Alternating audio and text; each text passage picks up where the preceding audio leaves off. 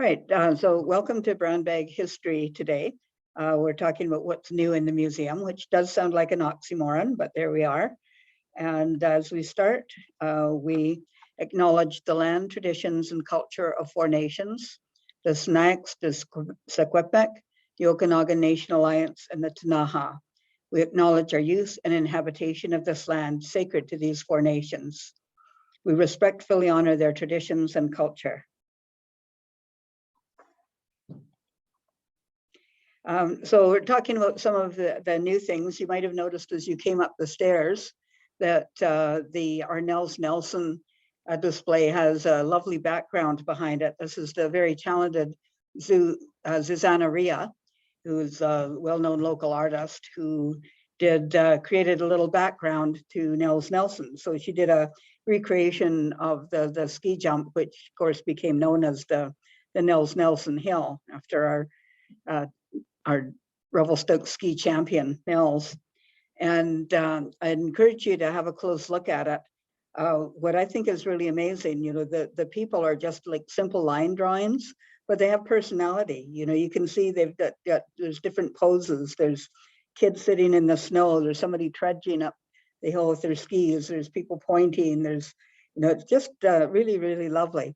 So it just provides a really nice background for that. So we're really quite delighted that Zoo did that for us, and she's got a couple of other pieces in the works that we'll be doing as well. We've done a couple of new changes to the parlor exhibit. Jan put the wallpaper on, which really adds a nice sort of Victorian look to it. And then we've added some panels to the walls, and we're calling it Behind the Lace Curtain because women's stories are kind of hidden in a way, and everything on the surface looked lovely and dainty, but the stories weren't always that way. So we're trying to portray a little bit of the reality of women's lives, and we'll be continuing to add to that as we go along. In our industry area, we added a panel about forestry. We'd had the mining panels there already, and added as a title panel that very interesting photograph of 150-foot logs on Mickey Olson's logging truck. And that's actually taken just outside the museum on First Street in the 1950s. That's the building that you see is the building on the corner of First and Campbell. So just quite a remarkable photo, and it really fills up that space nicely and talks a little bit more about the forest industry in the area as well. We had a donation last year of the 2 mounted deer. And normally, when I first was told somebody had deer to donate, my first reaction was no, thank you. But then I heard the story and I thought, we have to take these deer. They were donated by Bill Souls, and his grandfather, Selby Souls, was a boat captain, mostly on the SS Beaton, between Beaton and Arrowhead in the early 1900s. And for several decades, actually, he ran the boat between Beaton and Arrowhead. And he would normally do, I think, 3 trips a week. But in the winter, he would go across every day to make sure that the channel stayed free of ice. Or just make sure if there was any ice forming, he would break it with the boat. And on one of those trips, he saw these 2 deer drowned in the channel, and they were already dead when he saw them. So he was able to retrieve them, get them onto the boat, and then he had the heads mounted, and they've been passed down in the family until Bill made the decision to donate them here at the museum. So we have them in the hallway downstairs, along with the panel talking about the story of how they were acquired. And that photograph there was also donated by Bill Souls, and the boat in the corner is the SS Beaton, and Captain Souls is actually in the picture. He's on I think in the wheelhouse of the boat. So it fits really well with that story. So because if somebody comes in with an artifact and they have a good story, the chances are higher that I'm going to take it.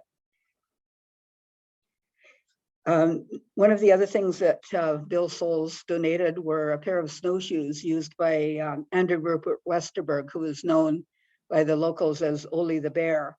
And he was on the other side of the family. Bill is a grandson of Ole the Bear. His mother was one of the daughters. And Ole the Bear was a Swedish man who came here around 1899 and was involved in mining in the area. And then I think around 1914, he got the contract for delivering the mail up the Big Bend. And he did that for over 30 years. And in the winter, that involved either snowshoes or skis. And then in the summer months, he was able to use a pack horse. But he'd go as far as Goldstream, which is probably about 60 miles. And he had so many trips. I think one trip a month in the winter months, and because there were quite a few people still living up in that area then, so there were mail deliveries. So we already had a pair of his skis and his pack saddle, and now we have the snowshoes to add to that collection as well. And it was a really lovely fishing creel, also donated by Bill Souls. And he grew up at Beaton. And then he also donated several ammunition belts. And this is a picture that we had from another collection of Bill Souls with a grizzly that he'd hunted. And it said it was his first grizzly. He would have been just a young man at the time. This is in the 1950s. This photograph and several other Beaton photographs came from an album that was donated several years ago by a woman whose sister had been a school teacher in Beaton in the 1950s. So up until that time, we had very little about Beaton, and then that album just sort of gave us a whole other snapshot of the community, especially during that time period. And Bill's father, Calder Souls, ran a taxi and transfer, and also his log and pole hauling at Beaton, and a slightly naughty calendar from 1958.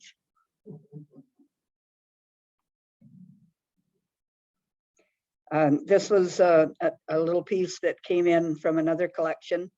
It was just a little brass money clip, and it's showing the arch at Rogers Pass. So we know that that's from 1962 or after, because the arch was erected when they opened the highway in September of 1962, when the Rogers Pass Highway opened. So you'll see things in here. We don't take things just based on age. We take things based on significance. So that's why you'll see a variety of things. You'll see some artifacts that are even relatively new, but if they have real significance to the history of the community, we're going to want to collect them. This was, we had some things that were donated to that came from the city of Revelstoke.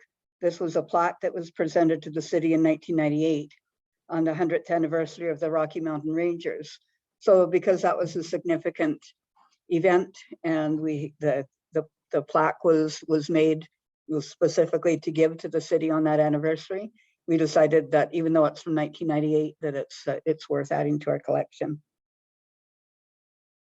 And when I say we are adding it to our collection, I mean Madison, who is here today. Madison has been working with us for the last 6 months as our collections manager on an internship, and happy to report we're going to be able to keep her a little bit longer than the original 6 months. But Madison's been doing all of it's called accessioning of the artifacts. You'll see on each one of these it has a number. So this one is 2021.47.1. So that means that it was accessioned or added to our collection in 2021. And it was the 47th group of artifacts that came in. So everything with the 47 will be part of that same donation, in this case from the city of Revelstoke. And then 0.1 means that it was the first one that was numbered in that collection. And so everything in our collection, up to close to 10,000 artifacts now, has a unique number like that. And then they also have a location code that ties them to a location in our storage in the basement. And all of that information is in a database that we use. So we're able to keep really good control of our collection in that way. Here's another one that's fairly new. This also came from the city. They had a collection of pins. This was 1976 Snowmobile Championship on Boulder Mountain. And I'll bet Don could probably tell me. That was from the racing days. Yeah. When they had the track down at the industrial park. Okay. Had a pin every year. So they weren't actually doing the runs on the Boulder Mountain, they were doing them on the track. Okay. And then of course, in 1991, the province of BC had something called Music 91. And they were getting musicians, world-class musicians, to a lot of communities in the province that normally wouldn't be able to host a musician of that caliber. And Revelstoke, as some of you probably will remember, got Bryan Adams.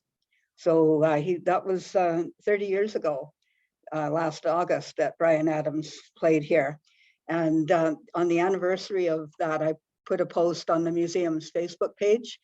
And that was the most popular post I've ever done, because everybody was talking about their memories of either going to the concert or not being able to go to the concert for one reason or another. But it was a really big deal in Revelstoke, and a lot of people had stories about that.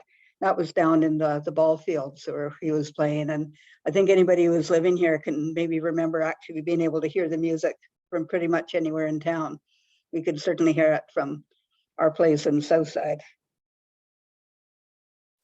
Another donation recently. This one was found on the grounds of near the old CPR hotel, which is on the hill above the CPR station. And it was a milk token from the Thomas Lewis Ranch. And I'm not sure the exact location of his ranch. I think it might have been somewhere close to the Yellow Silhouette, but I'm not even sure on which side. But they were a family that came here from England in the 1890s, and Thomas was the oldest son, and he had a little dairy and a farm here. He enlisted in the Boer War. He was one of the Revelstoke people who went off to the Boer War, and then in World War I, he was one of the oldest people from Revelstoke to sign up. He was about 45 when he signed up, which was the oldest age that you could sign up as an active soldier, and went over to Europe and died in the First World War. So there's a lot of significance to that just because of his attachment to the community. But a lot of the dairies would have these little tokens made, good for a quart of milk, or the bakeries would have them too, good for a loaf of bread. We have some wrappers from the Modern Bakery, which was owned by Louis Catlin, and it's where the Modern Bake Shop is now. That was it was a bakery from as early as 1903, and then Mr. Catlin took it over, I believe in somewhere in the 1920s, and ran it for several decades. And of course, it was just, the building had different owners over the years, but then back in 2005 with Jose and Kevin, it reverted to the name Modern Bake Shop. So it's kind of neat how that history has come full circle, and it's nice to have the labels that say Sunrise Bread Modern Bakery. This jug was recently donated. It's beautiful condition, but probably quite old. It was found in the lot where the Revelstoke Credit Union is now. There was an old house on that lot, and they moved it down to Front Street when they built the credit union. And this was found in the ground when they were clearing the lot.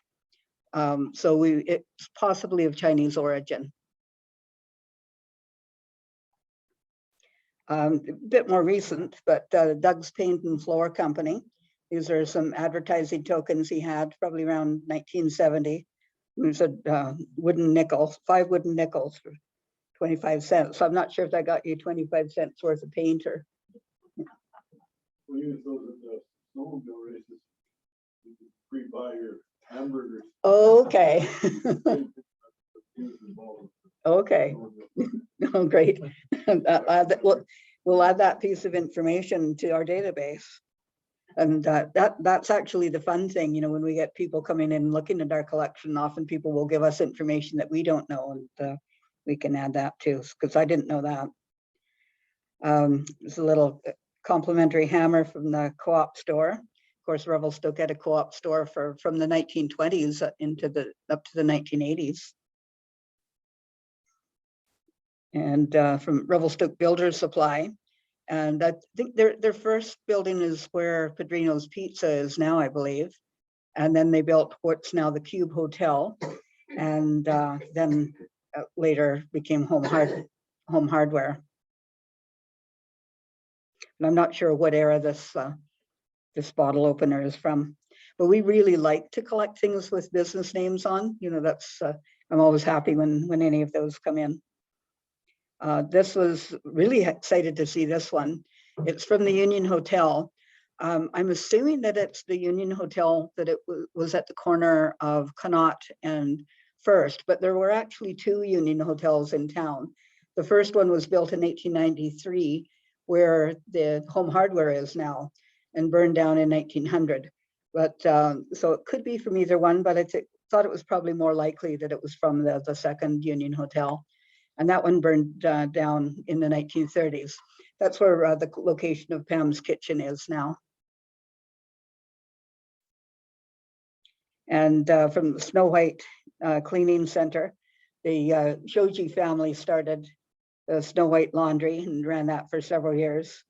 And ashtrays are very much considered artifacts because nobody has ashtrays anymore. There are very few people anyway.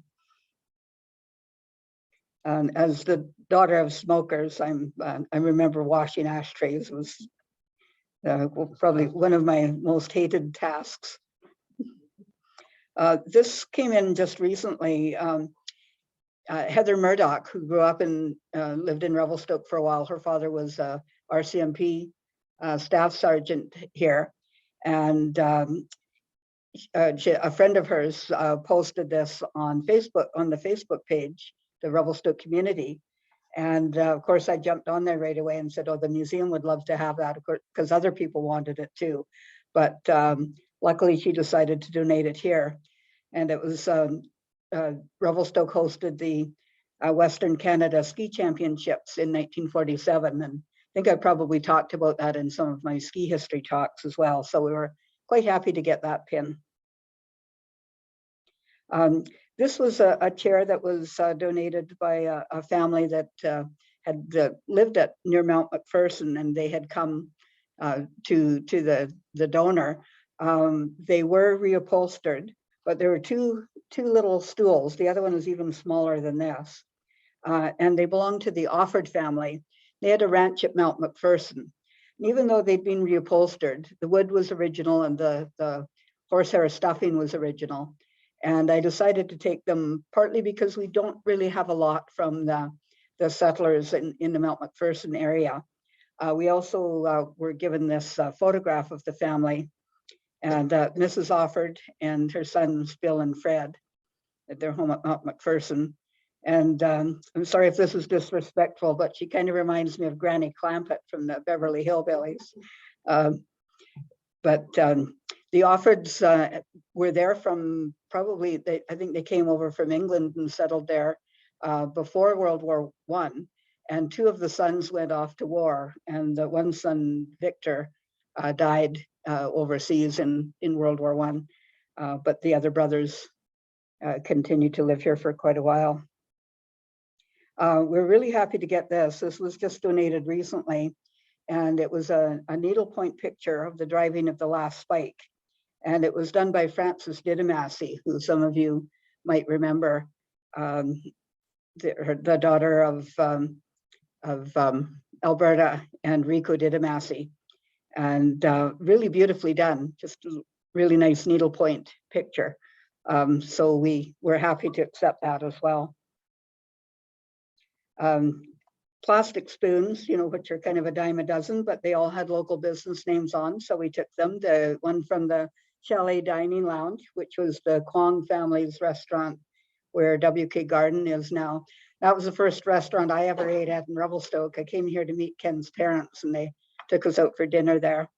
Then the Northlander Lodge at Northlander Hotel at Rogers Pass, which is no longer there. And McGregor's Motor Inn, which is was Powder Springs and is now Grizz Hotel. So they're all businesses that have different names now or are no longer there at all. So those are the kind of things that we're happy to have in our collection, even though they might seem insignificant. And a couple of yardsticks. There's one from Burridge's Plumbing and Heating, which has been a local business since about 1909 or so, and the name is still in use now. And Needham and Sons Building Supplies, they had their building down on Douglas Street, and the current owners, it's now a yoga studio, but they kept the name Needham on it. So that was kind of the traditional name that people know that building by. So this is some of the fun stuff we've been getting in recently. We're really happy to get this. This was brought in last year. It was a donation from the daughters of Jean Nelson Evans. She was the youngest daughter of Nels and Emma Nelson. And this was a coffee service that was won by Nels Nelson at a competition in Leavenworth, Washington in 1930. We had a couple of trophies of Nels, but some of the competitions would actually give physical items rather than just trophies. The tray is inscribed as well with the name of the competition. So we were very happy to receive those. So I'm just going to show a few photographs as well. Some of these we've had in the collection as well, but have just recently scanned and added to our database. The Queen Elizabeth and Prince Philip visited Revelstoke in July of 1959. And there she is stepping down from the royal train. I'm pretty sure the man with his back to us there is Davy Fulton, who is the MP from Kamloops. Does anybody know the two gentlemen on either side of the Queen there? We haven't been able to identify them. They look kind of nervous. And there's the walk along the platform. That's Mayor Hardman and the Queen. And right behind her in the white dress is Mrs. Bud Stiles and Mr. Stiles. He was the park superintendent. So they were part of the greeting party. And that's actually who these photographs came from. They came from the Stiles family. And then that's Mrs. Hardman next to Prince Philip. And the Hardmans he was mayor when the Queen's parents had come here in 1939. So he saw both generations. There's another picture of the royal visit. They had a little platform built at the front of the station. And of course, there were hundreds of people there. And the Queen, they're never at one place for very long for visit, but she was here for long enough that they were able to take her to a drive to the first lookout, what's now called the Monashee lookout on Mount Revelstoke. And they'd actually built that shelter especially for the occasion. And so she was able to get they were able to get a view of the city, because of course the trees weren't built up or weren't grown up as high back then, so you could get a better view from both the lookouts. And when she was at the station, she also did a review of the Boy Scouts. And at the Scoutmaster at the end is Bernard Nelson. And next to him is Yoshi Hashimoto. We actually, I interviewed Yoshi just a little while ago, and he said that he was actually already in university, but they asked him if he could come back for the visit and in his Scout uniform. So he was here for that. And next to him is Len Brown and Ron May, Olnus Wiedemann, and then we don't know who the shorter fellow is on the end there. That's a really lovely photo. So we were really happy to have this collection. This is just a sample of photos from that visit. We've got quite a few that came in from that donor. We also have a lot of photographs that were donated by the the newspaper, well, at the time, it was the Times Review that donated them. And we've got lots of photographs and negatives that go back to, they're mostly from the 70s, 80s, and 90s. But, you know, that's a period of history that, you know, it's now history, but we didn't have as much from that. So it's really good to have those newspaper photographs. And we've even been able to match some of the photos to the actual news stories in the paper as well. This one is obviously taken during the construction of Grizzly Plaza. So that would probably be in 1986. The plaza was completed in 87. There, you can see they've just poured the foundation for the bandstand. And there's the Roxy, of course, but yeah, and they haven't really done you can see some of the buildings had some of the older Alpine trims on them. And so as part of the downtown revitalization, they also did a heritage restoration. So they were bringing the buildings back to what they looked like when they were first built. These are the artists that were involved in the bears. So the sculptors, Bill Cameron and Fran Jenkins. And then forgotten his name right now, but he was the founder, the man who did who cast them. He had a foundry in Winlaw, and I think the other person worked with him as well. And the man standing up in the gray suit is Bob Inwood, and he's the one that did most of the design for the downtown restoration. So this was when the bears were installed in 1987. A lot of you will probably remember outhouse raises on Mackenzie Avenue and during the Winter Fest. This was the fire department crew. I think that's a Devlin and a Gillespie there. And there's another crew, the Speeders crew. For those who've never heard of outhouse raises, it's kind of what it says. They'd make a structure that looked like an outhouse, and there'd be a seat inside it. So they would have to have somebody sitting in the outhouse, and then the team would pull them, and they'd actually have races. And they would bring snow. Usually had to add snow to Mackenzie Avenue for the races. But were you? Were you? Yeah, I'll bet. Yeah, it was quite a big thing. But you know, you talk to new people in town and you talk about outhouse raises. They say, "What the heck was an outhouse raise?" Because it's most people don't know about them.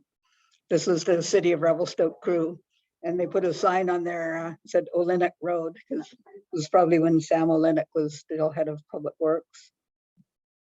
And there's Donaldson's Drugs right behind it. The old swimming pool. Back in the days, this would probably be in the 1980s. And of course, that was the pool where our daughter had her swimming lessons and swim club. So that was, it was built in 1971. So it had been the community pool for quite some time. And it was because it was 2005 before they opened the current pool. And there's a bunch of kids on the slide. They all looking kind of cold.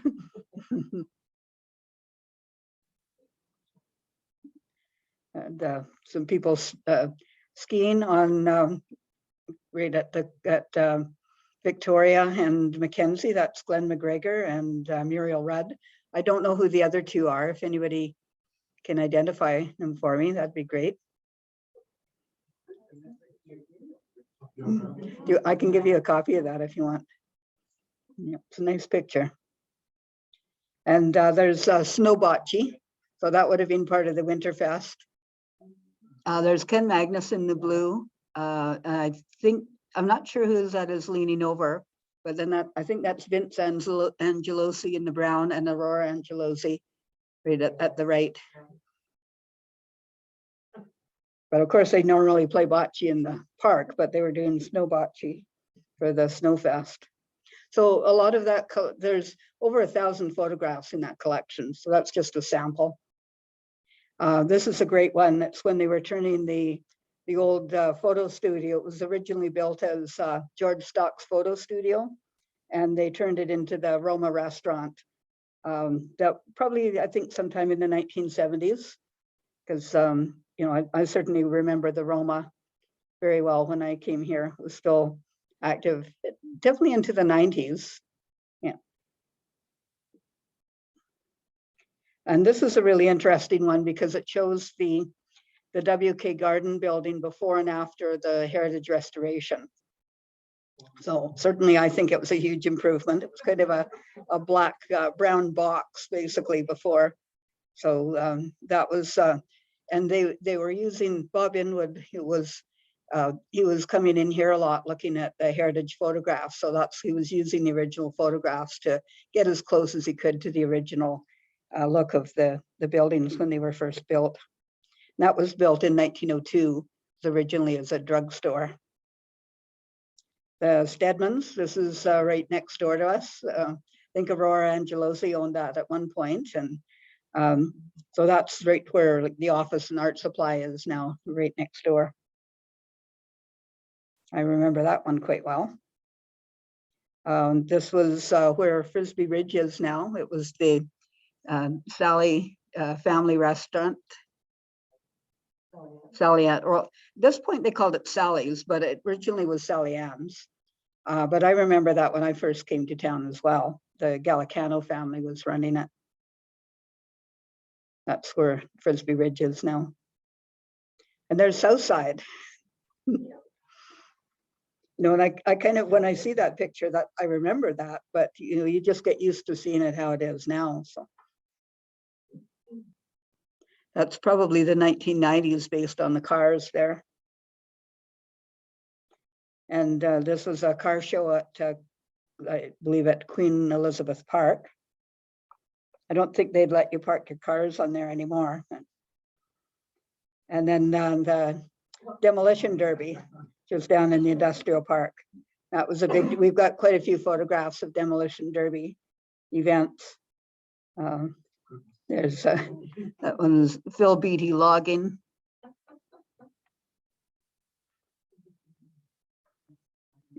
So I never actually went to a Demolition Derby, but I think we babysit the neighbors' kids a few times when they went.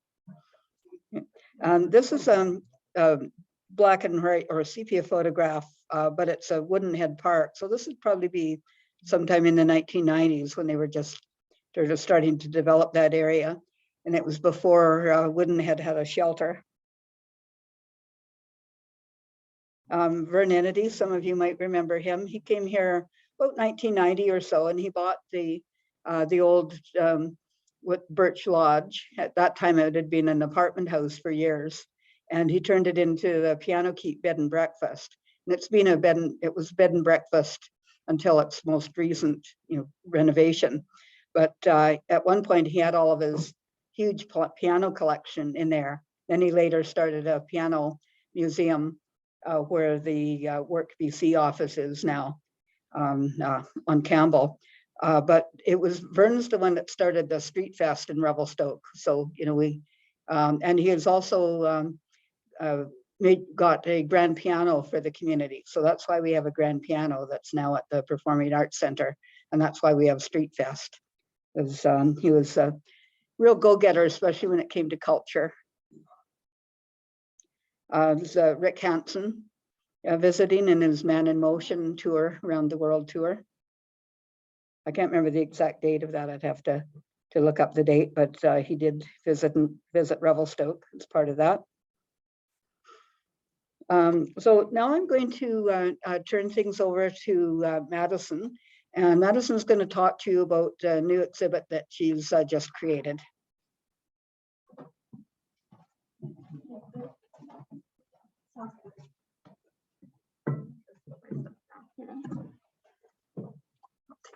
So yeah, I think I've met all of you before, but I'm Madison, and like Kathy said, I'm the collections manager intern here. And this is one of my big projects for my internship here, which was to redo the display case and make a new exhibit out of it. So we chose to focus on Revelstoke during World War II.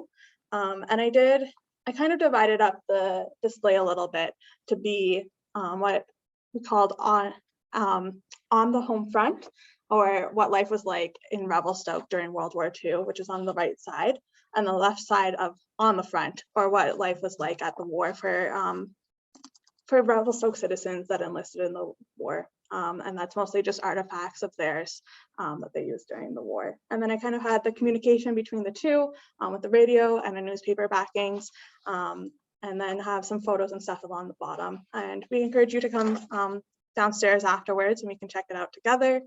If you're interested, I can share a little bit more, but I was going to share a little bit about it here with you guys today. Perfect. So one of the things that I have on display are ration books and meat tokens. So during the war, and it wasn't actually until 1942 in Canada that they put out the ration books as well as the tokens.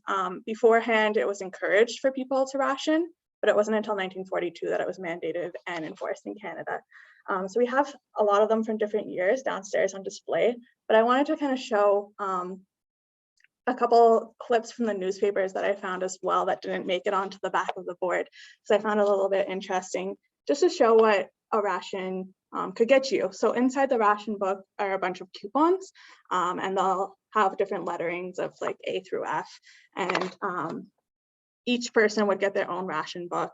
And usually it would be a weekly thing that you could go and collect your rations. So the one on the right here is what I can't remember, a ration book D coupon of what that could get you.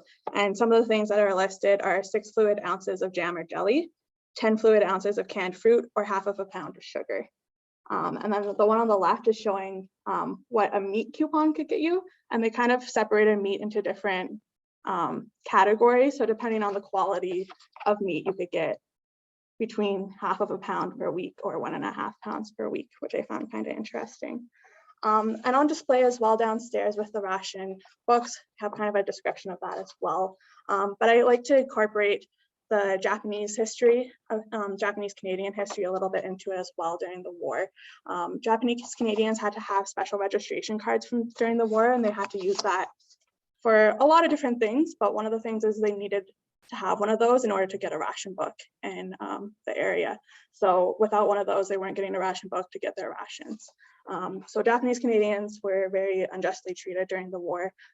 They were forced to leave the coast and forcibly displaced, put in internment camps, and Revelstoke actually had work camps in the area as well to work on some of the roads in the area. So I like to incorporate that story a little bit into the ration books because it's something so small during the war, but just one example of how they were treated differently during this time. I also have a couple photos on that panel down below, and a couple of them are the Golden Spike Days. And with that, I kind of just wanted to show the story of different events that were still happening in Revelstoke during war times. There's still stuff that was going on in the city. And the first Golden Spike Days was actually started in 1944, so during the war. And part of it was that they wanted to bring people into Revelstoke, support the economy during war times. So this is a picture of one of the floats from the parade.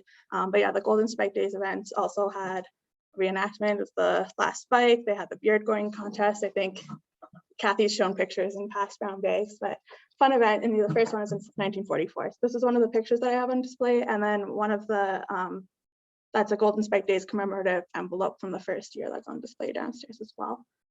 And another picture of one of the other floats, the Canada Milk for Britain float during the war. This is another picture that I have on display. It's of the Victory Loan headquarters. Where do I have that here? That was from 1941, this photo, and it was at the old former Bank of Montreal building. So that's one of the photos. We just really like this photo. I have that on display as well. With the display, I also have a whiskey bottle from the Hudson's Bay Company, as well as a matchbook. And both of those are talking about either saving the materials, so recycling the whiskey bottle. And then on the matchbook, there's a label encouraging people to buy their war savings stamps. So big part of on the home front, or the fight from home in Revelstoke and all over Canada as well, is buying victory loans, buying war saving stamps, saving materials, and doing everything you could at home to still support the war. And this is the Victory Loan headquarters here in Revelstoke. These are a couple of newspaper clippings as well. Downstairs, I have a letter on display, which was signed by the New Zealand Prime Minister thanking Revelstoke for hosting citizens during the war. So a lot of people from Australia and New Zealand and a few other places throughout the world were coming to Canada as airmen to train during the war. And Revelstoke for a few Christmases hosted these airmen in training. So the community kind of got together and had a bunch of Christmas special events throughout the city to make it a special celebration still for these airmen that were away from home. They wouldn't actually train here, would they? They're training in Alberta and then coming over here for Christmas. Yeah. All right, and this is a radio that I have on display as well, kind of talking about the communication between the two sides. But what makes the radio extra interesting is that it came with licenses for use during the war times.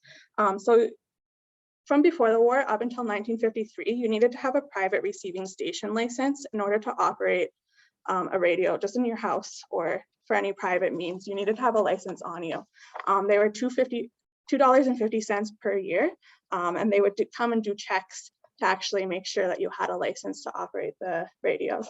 So I found this an interesting thing, even though it was from before the war and after the war as well, just that you needed a license in order to use one of the main sources of information about what was happening in the war. You needed a license in order to do so, because really radios and newspapers at the time were your main sources. And a lot of the newspapers will say too, this was heard on the radio, this was heard on the radio from the start of the war to the end of the war and everything in between.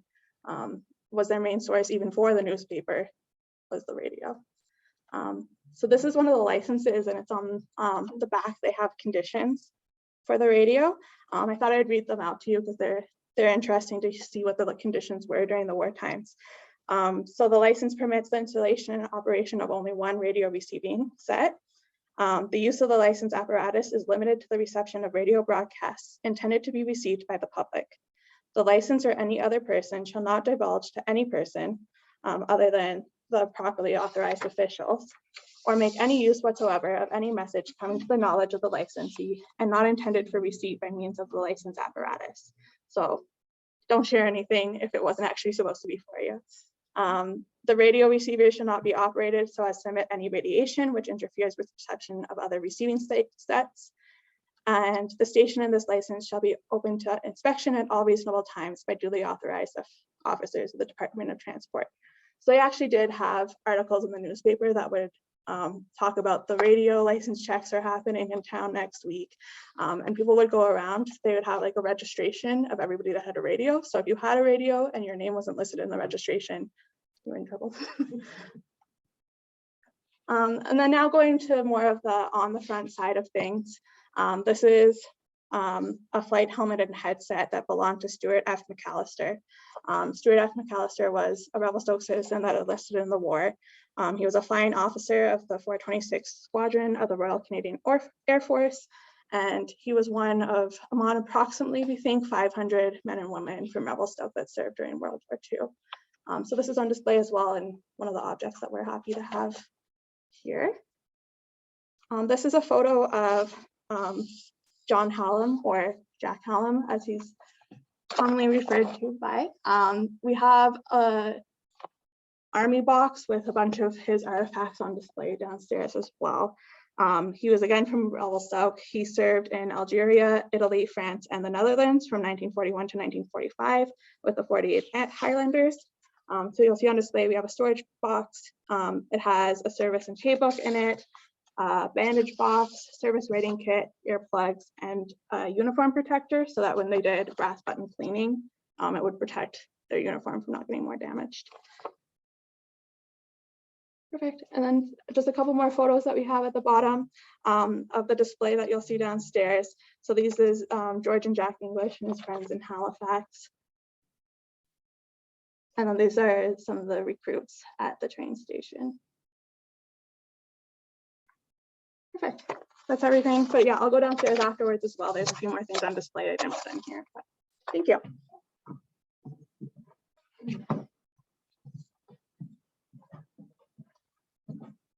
Thanks, Madison. You might have gotten a glimpse of that, of why we're really happy we can keep Madison. She's been doing some great work for us. We're going to have a longer than usual break between brown bags. So there won't be one in 2 weeks. There'll be one in 3 weeks. And the next one is April 6th. And we'll have a guest speaker for that one. Laura Van Zandt, who is the curator of the Revelstoke Railway Museum and also half-time office manager here at our museum, has been doing an exhibit at the Railway Museum called Revelstoke is a Railway Town, and she'll be speaking about that. So we hope you can join us. So thanks again, and I hope you, if you're here, have time to go and look at Madison's exhibit downstairs. Thanks for coming.